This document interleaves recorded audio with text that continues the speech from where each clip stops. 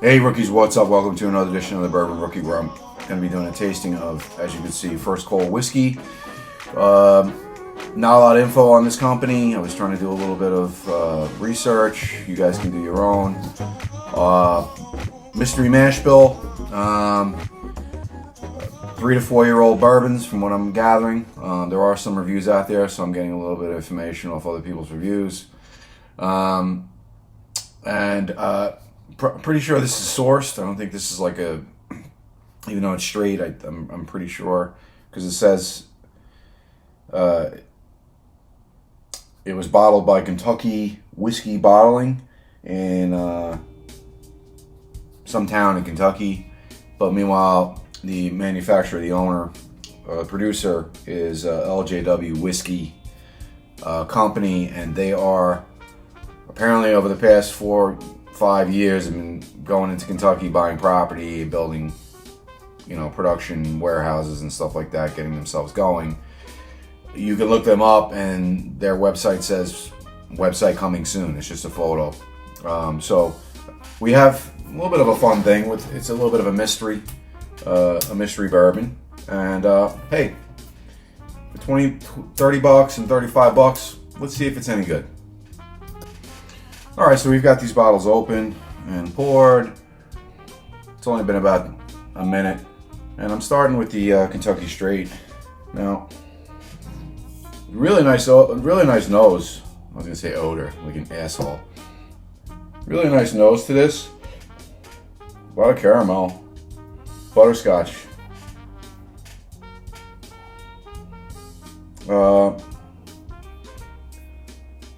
Classic creme brulee notes that I'm getting off this guy. At first, it seemed like I was getting a little bit of a fruit, like a grape or a strawberry. So on top of the caramel butterscotch note, it's got a great nose. Getting very little ethanol. So one of my bad habits is I don't really aerate the whiskey enough to really pick up, a lot of the nose that a connoisseur would do. So it's got some, it's got some good oil on the glass. I don't know if you can see that. I'm sorry about my aesthetics, but that oil there's some decent looking viscosity. That oil is dripping down pretty slowly. And there's a nice kind of copper tone to the color. Cheers.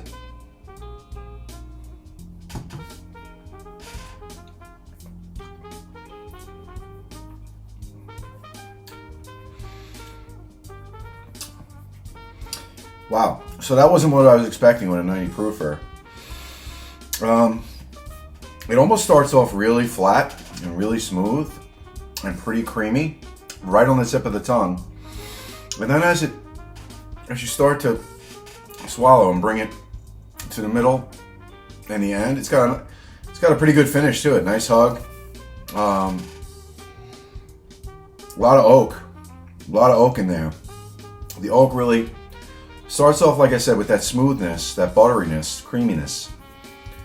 Almost flat, where the flavors start to really sneak in mid palate, and then it gets boom. You get attacked by oak and flavor. This is really not what I was expecting.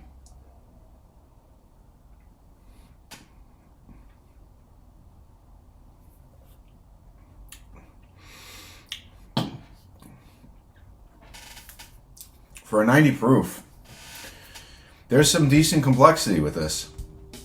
There's some interesting flavors going on in that sip. Again, it starts off creamy, like flat, a little flat flavor-wise, but the creaminess, the texture, butteriness, and then it kind of gradually, you get a little bit of a fruit. For me, I'm getting a little bit of a cherry and or not a cherry, a strawberry or a grape, and then just those light creme brulee notes that are just fabulous with that oakiness. It's really oaky, and it's got a decent finish. This is $30. Pretty happy with this one. So let's get into the double oaked. Now, before I go any further, let me see. I'm trying to get any more info. Not so much on this guy. You know, just give you a little bit of story about the Kentucky Derby and all that good stuff. Doesn't really give you much. Here on the double oaked, blah blah blah blah blah, gives you a little story about racing and Kentucky Derby. And then this one has a little bit more info. Twice barreled and matured in separate new charred oak barrels. First Cole double oak features a rich flavor profile with an impressive full body finish. This unique approach to the aging process results in additional character for one special sipper. Okay, let me give you a little teaser on there. But before I get into it, let me clean the palate.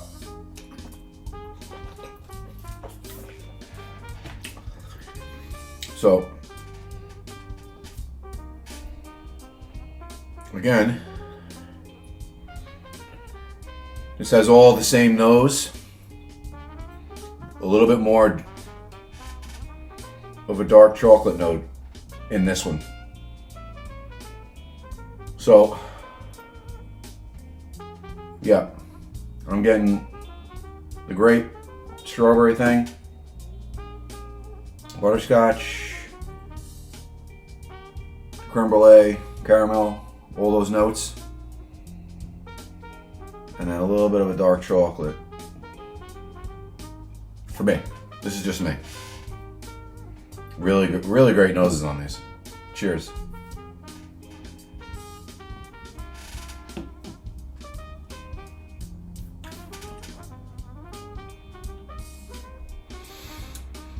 Okay, so again, all the same flavors that are in here, just a little bit more amplified because of the double barrel. One thing I missed, and I didn't mention in here, even with the straight, Kentucky straight, the sip makes me salivate. Almost, yeah, makes me salivate. A little bit. That's not bad. It's not bad at all. Let's go for another one.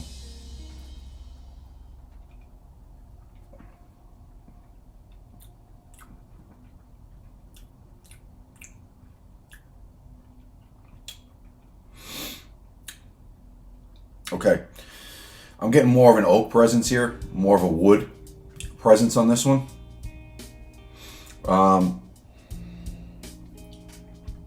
It's good, but honestly, I think I like the Kentucky Straight a little bit better.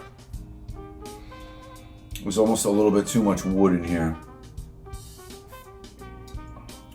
Maybe if they aged it longer, because again, who knows? They might both be aged the same amount of time. I don't know if this one's aged longer. It doesn't say, and there's no real info out there to, you know, there's no info given to us on that. But still, if this were aged 3 to 4, and this might have been aged 3 to 5, if this was 6, it might even be better. I don't know.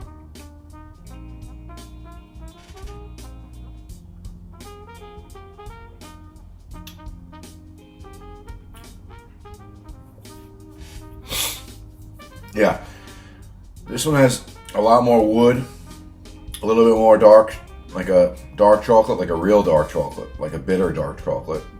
So a little bit more bitterness, a little bit more wood that you're getting. It's really taking over. So it's this, but there's more woody notes and a more amped up whiskey note, where this one feels like you're drinking not a 90 proof bourbon, but maybe a 95, 96 to 100 in that range. It actually drinks a little bit hotter, to me, in my opinion.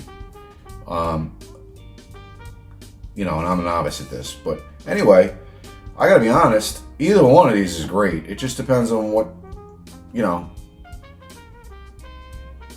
your flavor profiles are on any particular day, because they always change, so but head to head, the Kentucky Straight wins. It's just a little bit, the amped up oak, I feel like for the amped up oak, you need just a little bit more flavor going on. You know what I mean? The oak, the double oak kind of mutes the flavor. So maybe this could be a little bit more of a higher proof. But nonetheless, it's still a very good pour and a really good value for $35. It was $34.99 and this one was $29.99. So, both pretty good finds considering, the price of anything nowadays. And I think both really good values. And, if you're new into whiskey or you're looking to, try something, definitely try these. I would start with this one, and then and then see how you like this one. I mean, who knows? I'm not an ice guy, but the double with all the extra oakiness, this could actually be, if you like ice, this could actually be better with ice, because and maybe that's something that I should try, but that might be for an update to the video on my Patreon. Just to try these on ice. I would think that on ice, the flavors would be a little bit more muted here, might disappear. Whereas this guy, and it's got to be the right ice. You know what I mean? If you take an ice out of your freezer, then this is going to be muted. Whereas, and this might actually be more of this on ice. You know what I'm saying? If you put this on ice, it then becomes a little bit more of this. So, don't know if that helps you at all. You could try it on ice, but these are both fabulous finds, and if you see them in your store, give them a try. Don't overlook them. Don't keep walking by them like I did for weeks. All right, guys, and stay tuned for my next. My next video is going to be the Don Pepin anniversary, and with that, stay frosty. Please give me a like, give me a subscribe if you can. Again, this is just a fun thing for me. I'm just trying to build something. I'm not monetized. So, we'll see you on the next video, guys. Take care.